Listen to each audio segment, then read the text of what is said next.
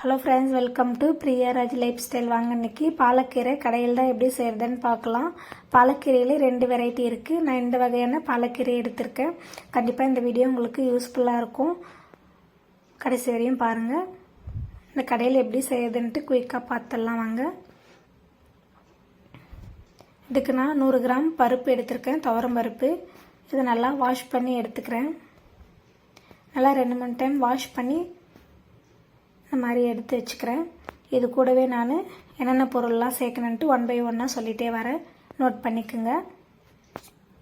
2 தக்காளி போட்டுக்கலாம், இந்த மாதிரி கட் பண்ணி சேர்த்துக்குங்க.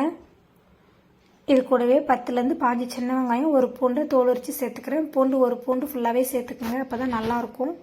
1 ஸ்பூன் சீரகம் சேர்த்துக்கிறேன், 1/2 ஸ்பூன் பெருங்காயம்.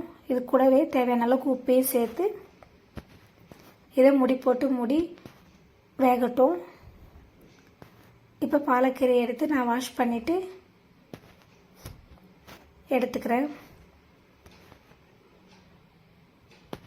இது கொஞ்சம் பெருசாக இருக்கிறதால பொடியாக கட் பண்ணி சேர்த்துக்கலாம்.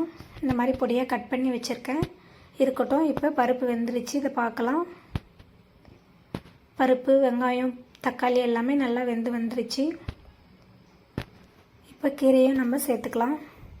பருப்பு நீங்கள் ஹை ஃப்ளேமில் வச்சு வேக வைக்கணும்னு அவசியம் இல்லை. மீடியம் ஃப்ளேமில் இல்லைனா சிம்மில் வச்சு வேக வச்சிங்கனாலே சூப்பராக வந்துடும். கீரை எல்லாமே சேர்த்துட்டு லைட்டாக கரண்டி காம்பால் அழுத்தி விட்டு வேகட்டும். ஒரு 5 நிமிஷம் சிம்லேயே இருந்தால் போதும், நல்லா வெந்துடும்.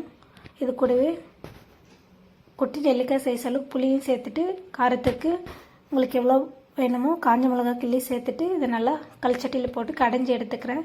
கடுகு சீரகம் போட்டு தாளிச்சிக்கிறேன். அவ்வளோதான், இந்த கடையில் நமக்கு ரெடி ஆகிடுச்சு. கண்டிப்பாக நீங்களும் ட்ரை பண்ணி பார்த்து என்ஜாய் பண்ணுங்கள். நம்ம சேனலை மறக்காமல் சப்ஸ்கிரைப் பண்ணி சப்போர்ட் பண்ணுங்கள். தேங்க்யூ. நெக்ஸ்ட் வீடியோவில் வேறு ஒரு ரெசிபி பார்க்கலாம்.